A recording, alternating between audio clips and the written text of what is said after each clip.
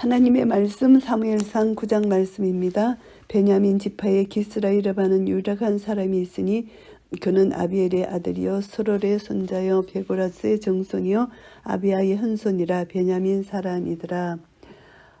이 지파 선조인 베냐민은 야곱의 막내 아들이잖아요.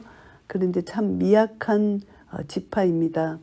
그래서 기스라는 사람은 2만 5천 명의 베냐민 사람들에게 분배되었던 땅을 레인의 첩 윤관 사건 이후 나누어 차지하게 되었던 600명 중에 한 사람, 그의 후손일 것으로 추측하고요.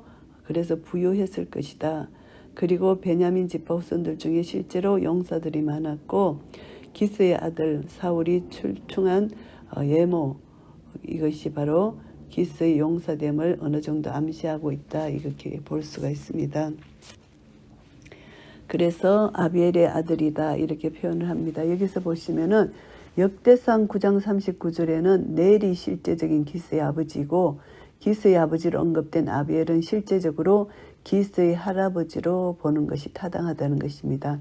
왜냐하면 히브리 어법상 아들이란 개념이 반드시 일대 자손만을 뜻하지 않고 여러 대 후의 자손을 가리킬 때도 아들이란 말을 통칭 사용하고 있다는 점에서 우리가 그렇게 추측할 수가 있고요. 기스가 아들이 있으니 그 이름은 사울이요 준수한 소년이라. 이스라엘 자손 중에 그보다 더 준수한 자가 없고 키는 모든 백성보다 어깨에는 더하더라. 기스의 아들의 이름은 사울입니다.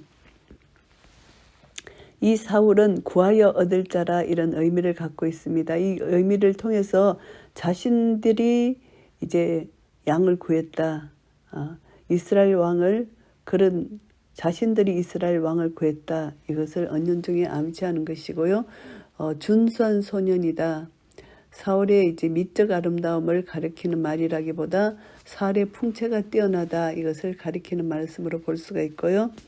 사울의 아비 기스가 암나기들을 잃고 그 아들 사울에게 이르되 너는 한 사안을 데리고 일어나 가서 암나기들을 찾으라 하며, 기스가 암나기들을 잃었다. 이 나귀는 그 당시 귀족들이 자신의 위엄을 가시하면서 절겨 타던 동물이라고 합니다. 그래서 암나귀는 온순하기 때문에 순나귀보다 더 귀하게 평가되었는데 유력한 사람인 기스가 암나귀 몇 마리를 소유한 것, 또 그것에 집착한 것을 보면은 암나귀 자체가 그것을 소유한 주인에게는 부와 존귀의 상징물이고 그것을 잃어버린다는 것은 부를 상실한다, 이렇게 생각할 수 있기 때문에 한 사안을 데리고 이제 아들에게 암나귀를 찾아오라, 이렇게 말을 하는 것이고요.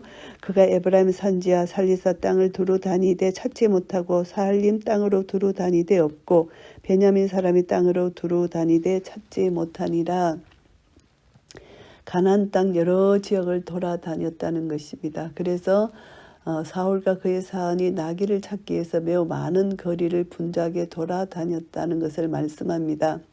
고향 기바를 출발해서 에브라임 산지 일대인 살리사, 사할림, 베냐민 땅 일대를 두루 돌아다니는 동안 한 40km 이상의 긴 여행을 한 것이라고 볼 수가 있고요. 그 결과 마침내 사무엘의 고향인 라마 근처의 숲 땅에 이른 것이고요.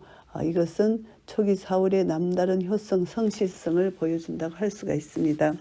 그들이 숲 땅에 이른 때에 사울이 함께하는 사연에게 이르되 돌아가자. 내 부친이 암나귀 생각은 고사하여 하고 우리를 위하여 걱정하실까 두려워하노라. 암나귀 잃어버린 것보다 자기들이 늦게 집에 도착하면 부친이 걱정할까 봐 그래서 이런 생각을 한다는 것이죠. 사울의 이러한 인간적인 좋은 면도 궁극적으로 하나님을 믿고 신뢰하는 신앙 인격에 뿌리를 두지 못하면 끝까지 지속되지 않는다, 이것을 알 수가 있습니다. 대답하되 보소서, 이 성에 하나님의 사람이 있는데 존중의 여김을 받는 사람이라. 그가 말한 것은 반드시 다 응하나니 그리로 갔사이다. 그가 혹 우리의 갈 길을 가르칠까 하나이다. 이제 사은이 이렇게 제의를 합니다. 라마에 이제 하나님의 사람이 있다.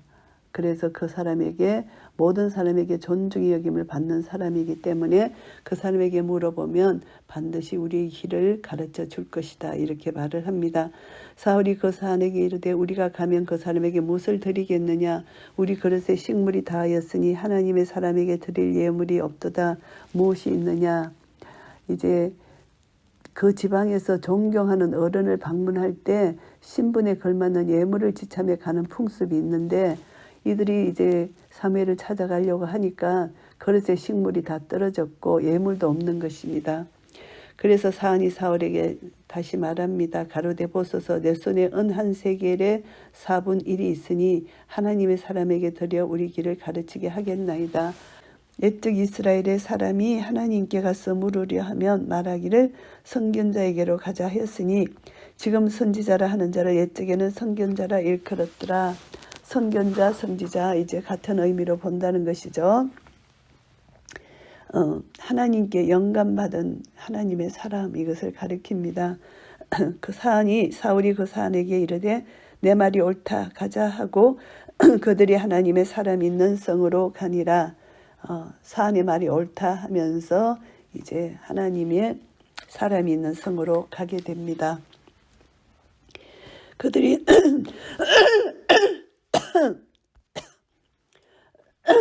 그들이 성을 향한 비탈길로 올라가다가 물길로 나오는 소녀들을 만나 그들에게 묻되 선견자가 여기 있느냐?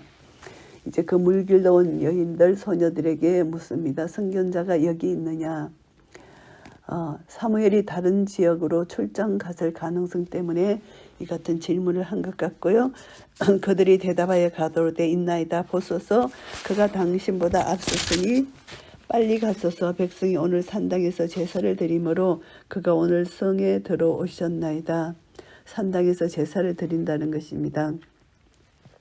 우상 숭배하는 그런 산당이 아니고 이것은 이제 성막이 설립되기 전 모세 이전 족장 시대와 성막이 파괴되어서 제사가 중단된 이후부터 예루살렘 중앙 성소가 건축되기까지 기간에 이제 산당에서 제사를 드렸는데 이 기간에 사무엘은 고향 라마의 제단을 쌓은 것이고 산당은 우상 숭배 의식과는 아무런 관련이 없는 여호와의 제단입니다.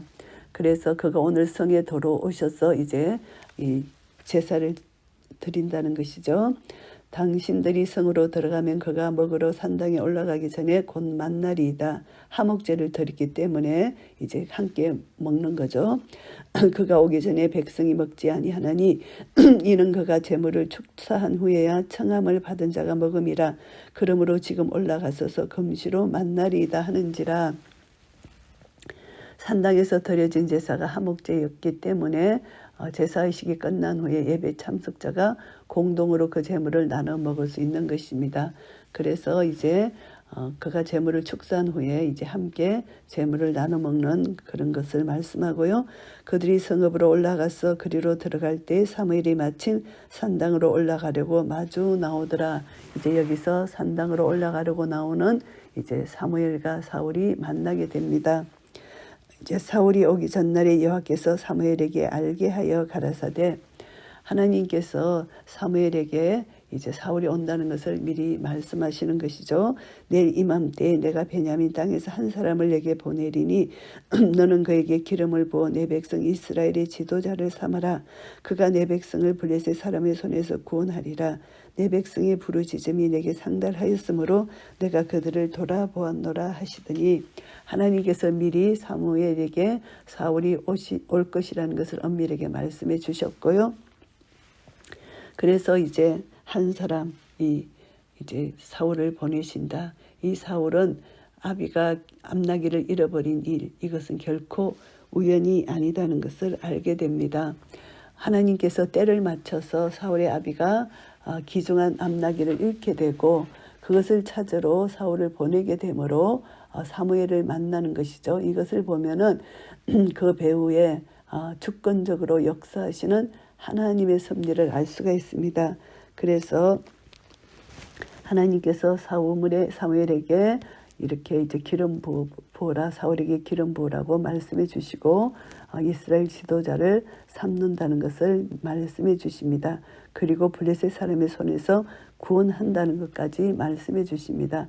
이 모든 것은 하나님의 역사이고 하나님의 백성들이 하나님께 부르짖음이 하나님께 상달되었기 때문에 하나님은 그 소리를 들으시고 이스라엘 백성들의 고통을 돌아보시기 위한 구원 계획이라는 것을 말씀하고요.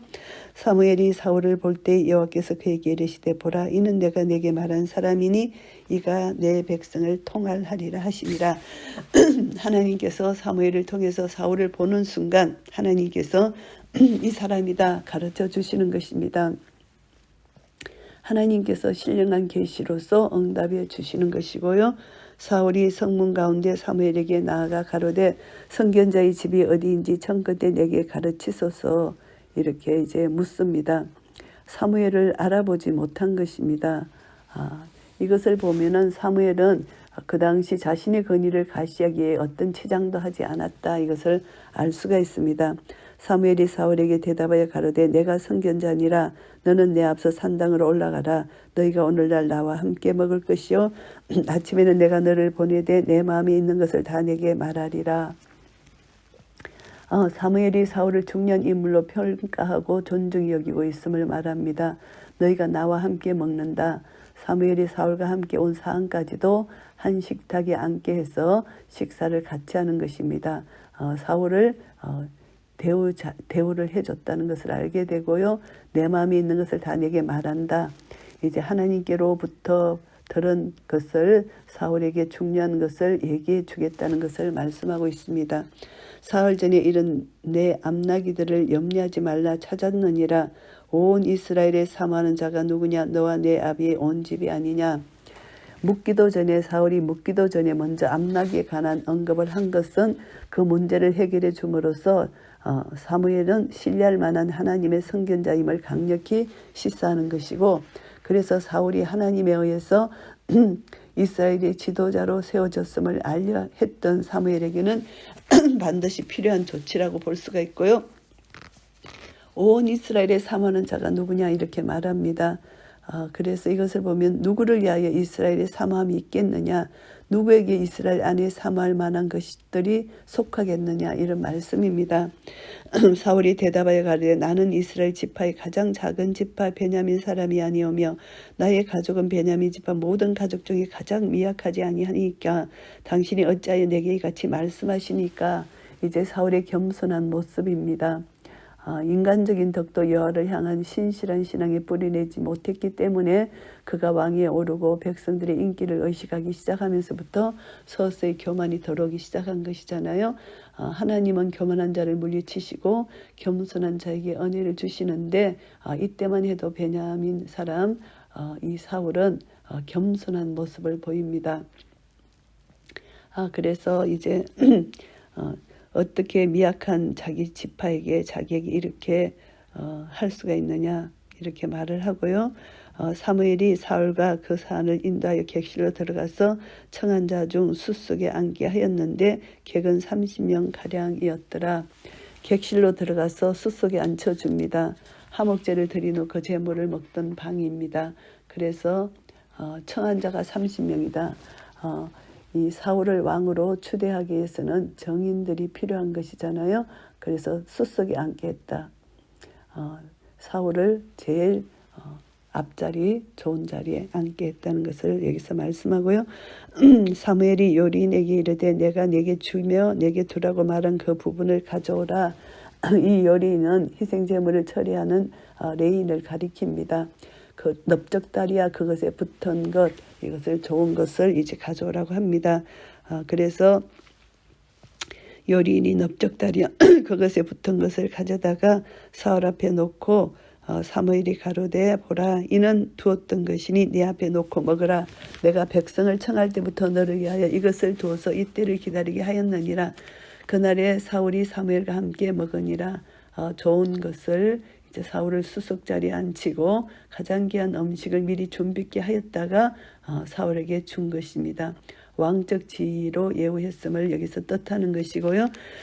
그들이 산당에서 내려 성에 들어가서는 사무엘이 사울과 함께 지붕에서 담화하고 여기서 지붕은 예부의 계단을 통하여 올라갈 수 있는 평평한 지붕입니다. 이때 이들의 이제 지붕에 그 지은 양식들이 그런 이제 평평한 지붕의 양식입니다.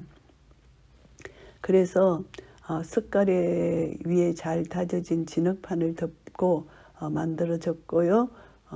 그리고 이스라엘 사람들은 이러한 지붕에서 휴식을 취하고 여기서 담화도 나누고 잠도 자고 창고로 쓰기도 하고 심지어는 우상 숭배 장소로 사용하기도 한다고 합니다.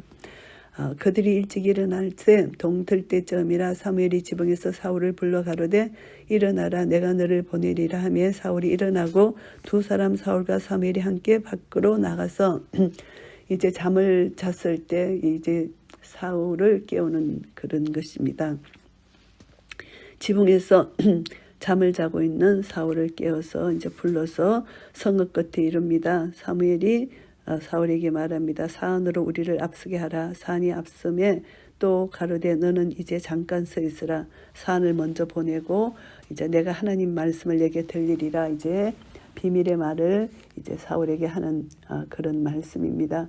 비밀리에 사울에게 기름을 붓기 위해서 사안을 먼저 앞서 보내는 것이죠. 그래서 사무엘이 사울을 왕으로 세우기 위한 본격적 행동을 취하게 되고요. 이제 10장에서 보면은 기름 붓는 일을 하게 됩니다. 사무엘은 하나님의 뜻을 말로서가 아니라 행동으로 사울에게 전하게 되고요. 사무엘은 아무도 없는 곳에서 사울에게 기름을 붓는데 그 이유는 사울이 왕으로 세워진 사실이 알려질 경우는 절차상의 부작용이 따라올 수 있기 때문에 그렇게 비밀리에 기름을 붓는다는 것을 말씀합니다. 이제 10장 1절에 기름을 붓게 되는 것이고요. 사무엘상 9장 말씀을 정리하겠습니다. 왕으로 선택된 사울입니다. 1절부터 10절까지 사울을 이스라엘 왕으로 세우기 위해서 하나님께서 특별한 섭리를 펼치시는 것을 알 수가 있습니다. 사울은 가문과 외모에 있어서 우수하지만은 영적 정신적 면에서는 특별하지 못한 인물입니다. 이스라엘을 구해 보겠다는 특별한 소명을 소유한 것도 아니고 야망을 소유한 것도 아닙니다. 그런데 몇 마리의 암나귀를 찾으러 다녀야 하는 그런 인물입니다. 그럼에도 불구하고 하나님께서 사울을 택하신 것은 인간의 지혜로는 쉽게 분별될 수 없는 하나님의 뜻이 있습니다. 그래서 이것을 보면서 우리는 가장 미약한 12지파 중에 이제 베냐민 지파에서 사울을 택했다는 것, 이것을 이제 하나님의 방법으로 택했다는 것을 알 수가 있고요. 사울을 이스라엘 왕으로 삼으시기 위해서 한 가정의 일시적으로 이제 암나귀를 잃어버리게 한 것, 그래서 그것을 찾으러 나왔다가 사무엘을 만나는 것, 이 모든 것은 크고 작은 모든 사건은 우리 인간의 시각으로는 우연한 것으로 보일지 모르지만 그 이면에는 하나님의 크신 섭리, 역사심이 작용되고 있음을 우리는 분명히 알 수가 있습니다. 11절부터 17절까지는 이제 사울과 사무엘이 만나게 되는데요. 사울로 하여금 사무엘을 찾아가도록 섭리하신 하나님께서 이제 사울이 사무엘과 만나는데 차질이 없도록 역사하십니다. 사무엘이 출장도 가지 않고 그때 제사를 드린 후에 사울을 만날 수 있는 이런 은혜를 주신 거, 사울이라는 인물에게 기름을 부어서 왕으로 세워야 할 그런 것을 사무엘에게 미리 계시해 주시고 하나님은 그것을 이루시는 그런 분이십니다. 그래서 하나님께서는 사무엘에게 사울이 올 것을 미리 알려주시고 사무엘로 하여금 그에게 기름 부을 준비를 시키시고요. 한치의 오차도 없는 계획을 세우시고 그 계획을 정확하게 실천에 옮기시는 하나님, 전지전능하신 하나님. 그래서 하나님의 백성 한 사람 한 사람을 하나님의 치밀한 계획 안에 선한 일을 도모하고 계시는 하나님의 섭리를 우리는 찬양하지 아니할 수가 없습니다.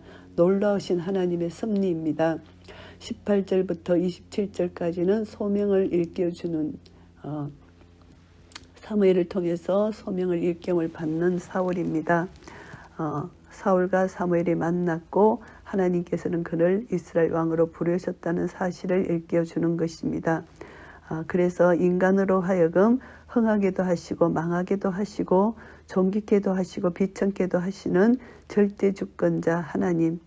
하나님은 개인의 신상뿐만이 아니라 한 나라의 왕을 세우시는 일에 있어서까지 친히 간섭하시고 온 우주의 참된 통치자가 되신다는 것을 깨닫게 되고요. 그러므로 하나님의 절대 주권을 인정하고 하나님께 순복하는 것, 그것이 피조물인 인간이 마땅한 도리고 의무라는 것 우리는 알게 됩니다. 오늘 사무엘상 9장 말씀을 통해서 우리는 다시 한번 하나님의 섭리, 놀라운 섭리를 발견하게 됩니다.